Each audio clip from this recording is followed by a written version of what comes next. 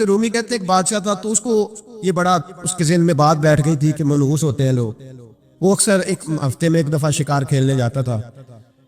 جب وہ جاتا تھا تو اپنے وزیروں سے کہتا کہ رستہ صاف کرا دو سارا، کوئی بندہ رستے میں نہ آئے، اگر کسی منحوس کے متھے لگ جاؤں تو میرا نا اس دن شکار ٹھیک نہیں ہوتا، کوئی منحوس آدمی سامنے نہ آئے. سارے رستے صاف کرا دیے جاتے. ایک دفعہ کا ذکر ہے کہ بادشاہ نکلا شکار کے لیے تو رستے میں ایک بندہ آ گیا جو بیچارہ ایک آنکھ سے کانا تھا. پتا تھا سڑک پہ چڑھنا، بیچارہ غلطی سے چڑھ گیا تھا بھی بندہ کانا، آنکھ سے نظر نہیں آتا تھا. بادشاہ کے رستے میں، اب بادشاہ کو بڑا غصہ، میرے رستے میں کیسے آ گیا؟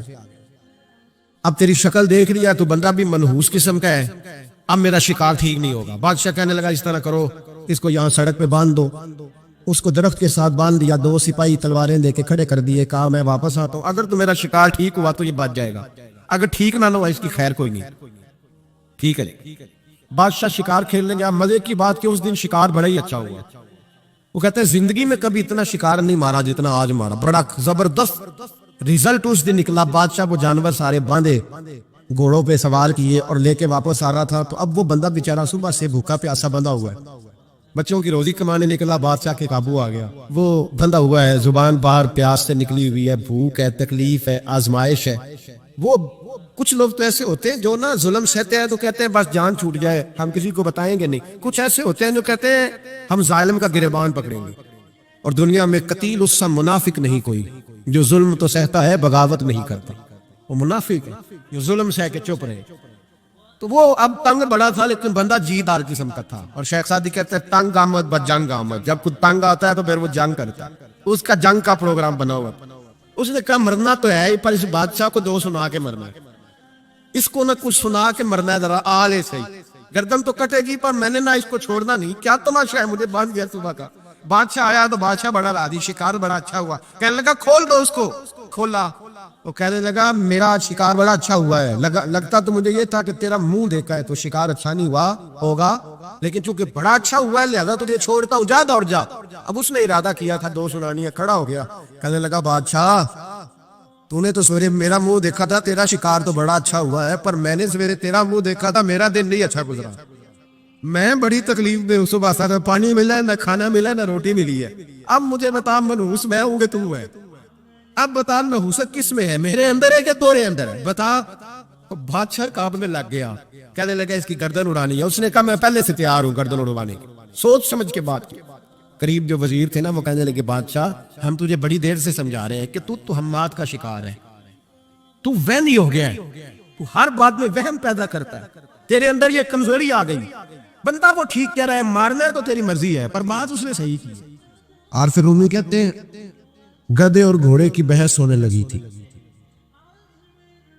گھوڑا کہتا تھا آسمان کا رنگ نیلا ہے اور گدھا کہتا تھا نہیں کالا ہے.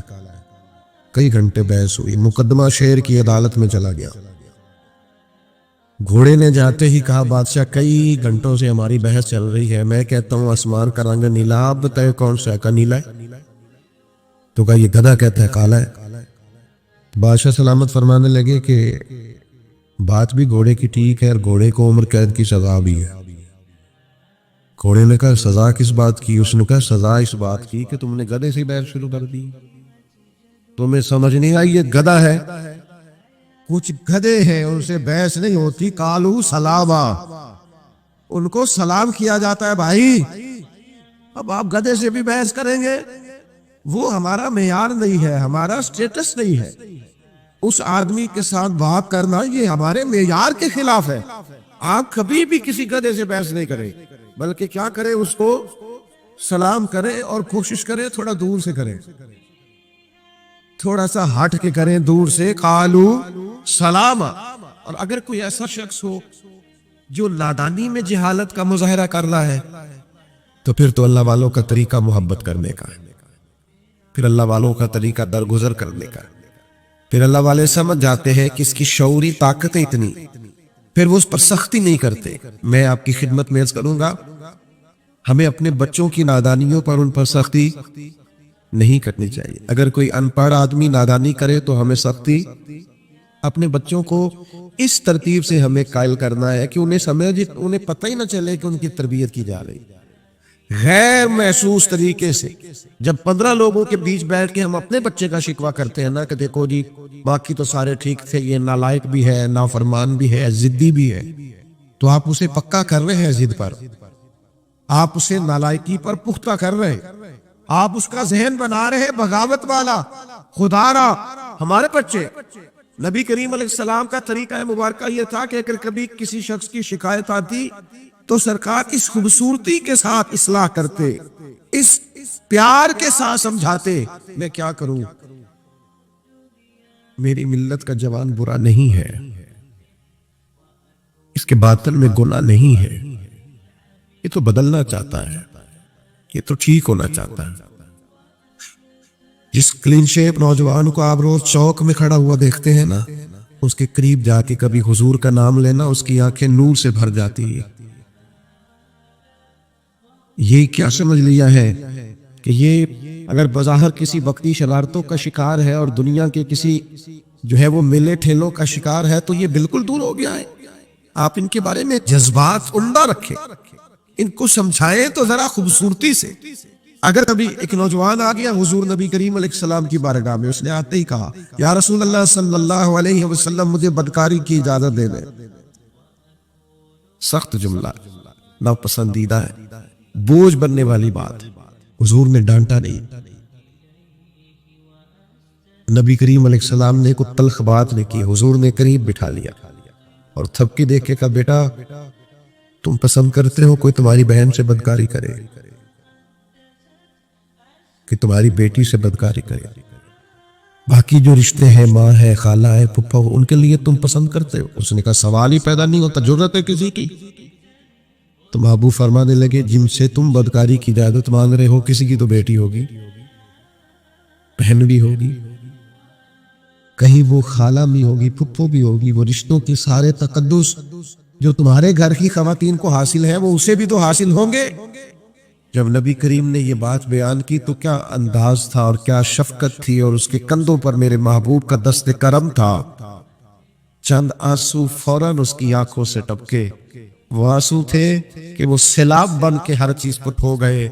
فوراً عرض کرنے لگا یا رسول اللہ آج کے بعد خیال بھی پیدا نہیں کروں گا، آج کے بعد توجہ نہیں کروں۔ او بھائی کبھی کوئی اپنا نادانی کرنے لگے اس پر شفقت کی جاتی ہے نا، اس کا ہاتھ پکڑا جاتا ہے نا، اسے گمراہی سے بچایا جاتا ہے، اس کے لیے اپنے محبت کے جذبات کو کھولا جاتا ہے۔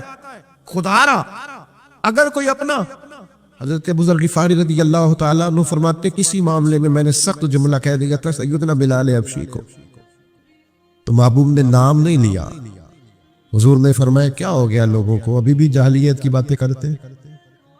کسی کو اس کی ماں کا نام لے کے کہ تو ابشن کا بیٹا ہے آر دلاتے ہیں؟ یہ کس نے ذروں کو ملایا اور صحرا کر دیا؟ یہ کس نے قطروں کو ملایا اور دریا کر دیا؟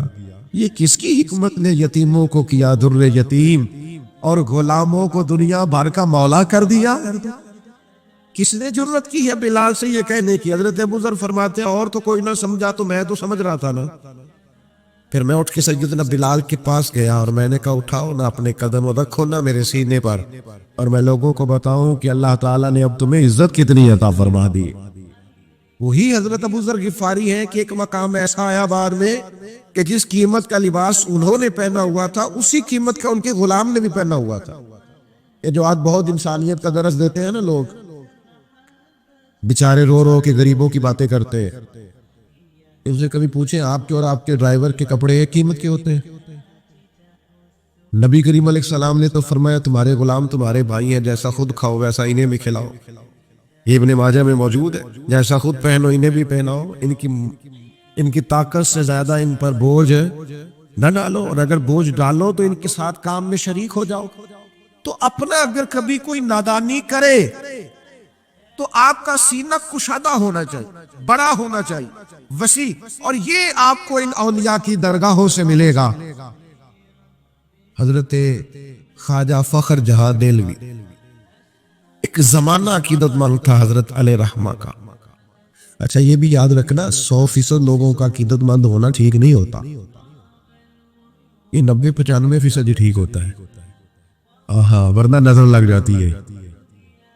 یہ تھوڑا بہت جو دو چار لوگ ہوتے ہیں نا، یہ بھی بیچارے کسی مخلوق میں حکمت کا تقاضا ہوتے ہیں. لیکن میری یہ گزارش رہتی ہے اکثر طلباء سے، یہاں تو چونکہ بزرگ علماء بیٹھے ہیں، ان سے تو میں کیا کلام عرض کروں گا. طلباء سے میں اکثر کہتا ہوں، میں کہتا ہوں یار 100 لوگ جمعہ پڑھنے آئے تمہارے پیچھے، 2 تمہارے مخالف ہیں، 98 تو محبت والے ہیں نا، پر تم نے ساری تقریر 2 پہ ہی کر دی. ایک ہندو نے نا کتاب لکھی ہے حضور علیہ الصلوۃ والسلام کے سیرت مبارکہ پر. ہندو نے، وہ ہندو کہتا ہے کہ میں نے نا عجیب منظر دیکھا ہے عرب کے لوگوں کا. ہندوؤں نے نا بڑا خوبصورت میرے محبوب کے بارے میں لکھا ہے. ایک ہندو نے جب حضور کی سیرت پر کتاب لکھی تو کچھ لوگوں نے کچھ اشعار لکھے، تو لوگوں نے کہا تو ہندو ہو کے حضور پہ لکھتا ہے، ہندو ہو کے. تو اس نے بڑا عجیب جملہ کہا، کہنے لگا ہو جائے عشق کسی سے کوئی چارہ تو نہیں، اور صرف مسلم کا محمد پہ اجارہ تو نہیں، صرف مسلم کا محمد پہ. اور پھر کہنے لگا نام و نسب سے اگرچہ ہندو ہوں، پر کملی والے میں تیرا سادھو ہوں، کملی والے میں تیرا سادھو، میں تو ساتھ دیوانہ ہوں یا رسول اللہ آپ کا. تو نبی پاک علیہ السلام کے بارے میں لوگ لکھتے ہیں، وہ کہتے ہیں وہ محبت سے نہیں لکھ رہا، وہ سمجھ لے کہ ایک عالمی تجزیہ نگار ہے تو ایک تجزیہ دے رہا ہے. کہتا ہے میں نے 2 قسم کے عرب دیکھے، 2 قسم کے. ایک عرب میں نے وہ دیکھے جو اتنے انا پرست ہیں، اتنے خود غرض ہیں، اتنے اپنے ذات کے بت میں الجھے ہوئے ہیں کہ وہ ایک حوض پہ اپنے گھوڑوں کو پانی پلانے گئے، 10 15 20 گھوڑوں کو پانی پلانے گئے ہیں. تو جھگڑا ہو گیا، پہلے میں نے پلانا، میں بڑا چودھری ہوں. اس نے کہا نہیں میں تجھ سے بڑا ہوں، پہلے میں نے پلانا. اس پہ جھگڑا ہوا. وہ غیر جانبدار تجزیہ نگار کہتا ہے اس پہ جھگڑا ہوا، لڑائی ہوئی، قتل ہوئے. اتنے قتل ہوئے کہ یہ قتل نسلوں تک چلے، نسلوں تک یہ قتل آگے بڑھے. وہ کہتا ہے ایک میں نے وہ عرب دیکھے. اور پھر کچھ عرصے کے بعد مکے اور مدینے میں اللہ نے اپنے نبی کو بھیجا، مصطفیٰ کریم علیہ السلام آئے. کہتا ہے پھر انہی عربوں کا میں نے ایک اور رنگ بھی دیکھا، انہی عربوں کا میں نے ایک اور رنگ، وہ جو گھوڑے کو پانی پلانے پر لڑ رہے تھے.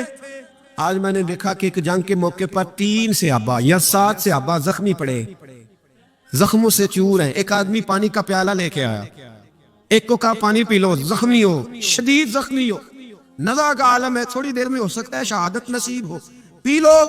کل جو گھوڑے کو کہتا تھا پہلے میں نے پلانا ہے، میں نے پلانا ہے، آج وہی قوم میں نے عجیب رنگ دیکھا، کہا پانی پی لو. تو کہنے لگا یار میں تھوڑا زخمی ہوں، یہ جو میرے ساتھ لیٹا ہے یہ زیادہ زخمی ہے، پہلے اس کو پلا دے، میرے بھائی کا بھلا ہو جائے.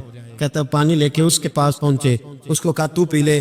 تو وہ کہنے لگا نہیں میں زخمی ضرور ہوں پر جوان ہوں، یہ میرے ساتھ جو صحابی لیٹے ہیں یہ زخمی بھی ہیں، بوڑھے بھی ہیں، ان کو پہلے پلا. میں بات کہتے ہیں میں تیسرے کے پاس گیا تو اس نے کہا نہیں یار چوتھے کو پلا، وہ زخمی بھی ہے، بیمار بھی ہے، اس سے زیادہ ضرورت ہے. کہتے ہیں چوتھے کے پاس گیا تو وہ تڑپ اٹھا، کہنے لگا 5ویں کو پلا، اس لیے کہ اسے زخم مجھ سے پہلے لگا ہے، اس کا جہاد بھی مجھ سے سخت ہے. کہتے ہیں اس کے پاس گیا تو کہنے لگا یار 6 کے پاس چلا جا، اس لیے کہ اس کا وقت مجھے زیادہ قریب لگ رہا ہے. کہتے ہیں میں 6 کے پاس گیا تو وہ بول اٹھا، کہنے لگا وہ 5 جس رسول کا کلمہ پڑھتے تھے میں بھی اسی محمد کا ماننے والا ہوں، تو مجھے نہ پلا 7ویں کو پلا.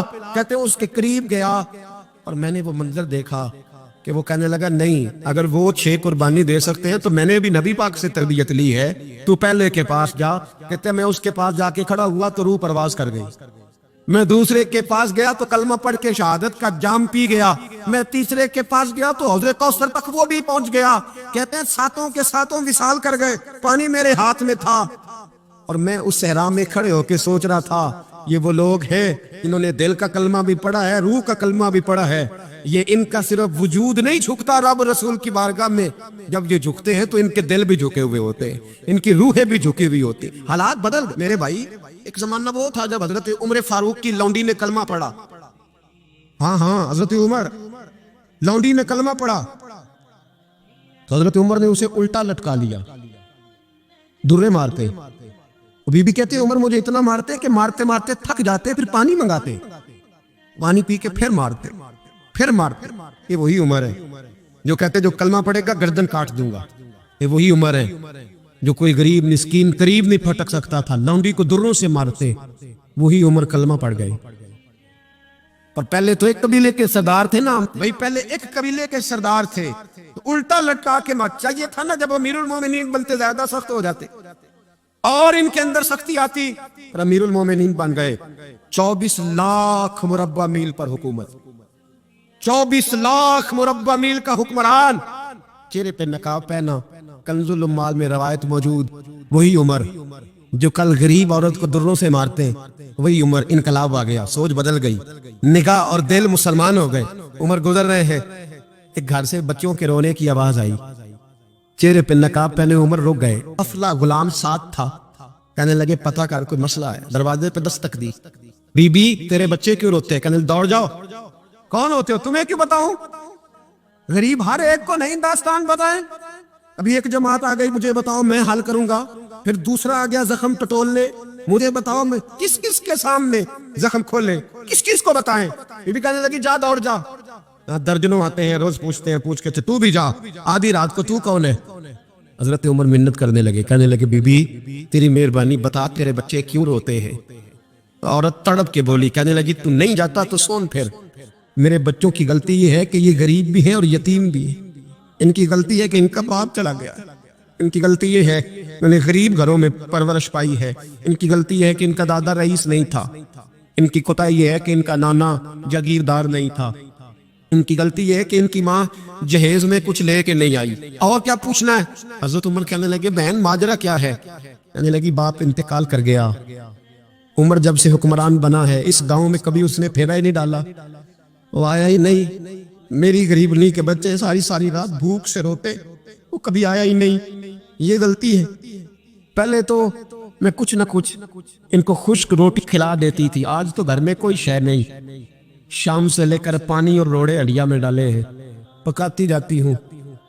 کہا تھا چلو سو جائیں گے، اور بھوک بڑی ظالم ہے، نیند بھی نہیں آنے دے، سب روگاں دا روگ محمد، جس دا نام غریبی، کنڈ والا کے لنگ جاندے نہیں دوست یار قریبی، کب بھوک بڑی ظالم ہے، پیٹ بھوکا ہو تو یہ بھی نہیں آتی، سوچتی تھی سو اب تہجد کا وقت ہے پر سوتے نہیں، اب بتاؤ میں کیا کروں؟ عمر تو 24 لاکھ مربع میل کا حکمران ہے، اس کچی بستی میں کیسے پھیرا ڈالے گا؟ حضرت عمر دوڑے گئے، 60 سال عمر، کندھے پہ اناج کا تھیلا رکھا، کندھے پہ، غلام کہتے حضور مجھے دے دے، فرمایا بتا قیامت میں بھی میرا بوجھ اٹھائے گا؟ پھر حضرت عمر لائے، پھر عمر نے اس بی بی کے گھر میں چراغ روشن کیا، پھر بوڑھے عمر کہتے میری بیٹیاں تھیں، میری بیویاں تھیں، میں نے کھانا کبھی نہیں پکایا تھا، میں نے اس بی بی سے کہا بہن تو بیٹھ جا، تو بیٹھ گئی۔ عمر کہتے میں نے آگ جلائی، آپ کے غلام کہتے ہیں جب عمر آگ میں پھونکے مارتے تھے تو ان کی داڑھی سے دھواں نکلتا تھا، عمر نے آگ جلائی۔ پھر فاروق کہتے میں نے کبھی روٹی نہیں پکائی تھی پر آج میں نے آٹا بھی گوندا۔ 24 لاکھ مربع میل کا حکمران، اور بھائی جب تیرا دل اور نظر مسلمان ہوتی ہے تو پھر تو جھوٹے دعوے نہیں کرتا، پھر دین تیرے لفظوں میں، جملوں میں، تقریروں میں نہیں رہتا۔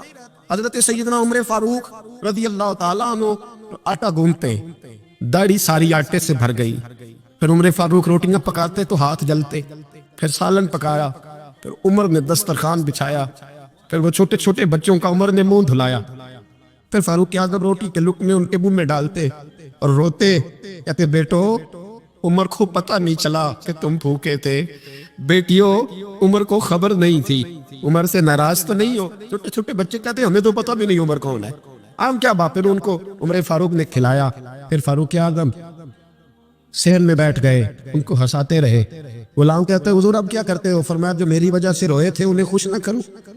پھر اس بی بی کی طرف متوجہ ہوئے، کہنے لگے اگر عمر نہیں آیا تو آپ بھی خبر کر دیتی۔ تو بی بی کہنے لگی ڈیوٹی عمر کی ہے خبر لینے کی، میری نہیں ہے کہ میں جا کے بتاؤں، میں کیوں بتاؤں؟ تو حضرت عمر کہنے لگے چل عمر کو معاف کر دے۔ کہنے لگے اسے کیا معاف کرنا ہے، میں تو دعا کرتی ہوں اللہ اسے ہٹا دے اور آپ کو بنا دے، میری دعا ہے کہ وہ چلا جائے آپ آ جائیں۔ فرمایا اگر میں بن جاؤں تو عمر کو معاف کر دو گی؟ کہا ہاں کر دوں گی۔ تو حضرت عمر نے چہرے سے نقاب اتارا، فرمایا بی بی میں عمر ہی ہوں، تو نے دیکھا نہیں تھا، جا تیری دعا مقبول ہو گئی۔ تو بی بی کہنے لگی آپ کے سامنے اتنی جلی کٹی سنائی؟ فرمایا بس ایک وعدہ کر، اگر تو نے عمر کو یہاں معاف کر دیا ہے تو وہاں بھی معاف کر دینا، وہاں بھی سوال شرط یہ ہے تیرا دل کتنا مسلمان ہے۔ ہمارا یہ حال ہے، ہم جملوں کے مسلمان، لفظوں کے مسلمان، ہم اپنے آپ کو کھینچ کھانچ کے مسجد میں لا کے 2-4 وقتیں بھی پڑھ لیتے، پر دل و نگاہ اگر مسلمان نہیں تو پھر کچھ بھی نہیں۔ دیکھیں نا کتنے اعلیٰ لفظ ہے حدیث میں، نبی پاک نے فرمایا میں اسے اپنا مومن ہی نہیں مانتا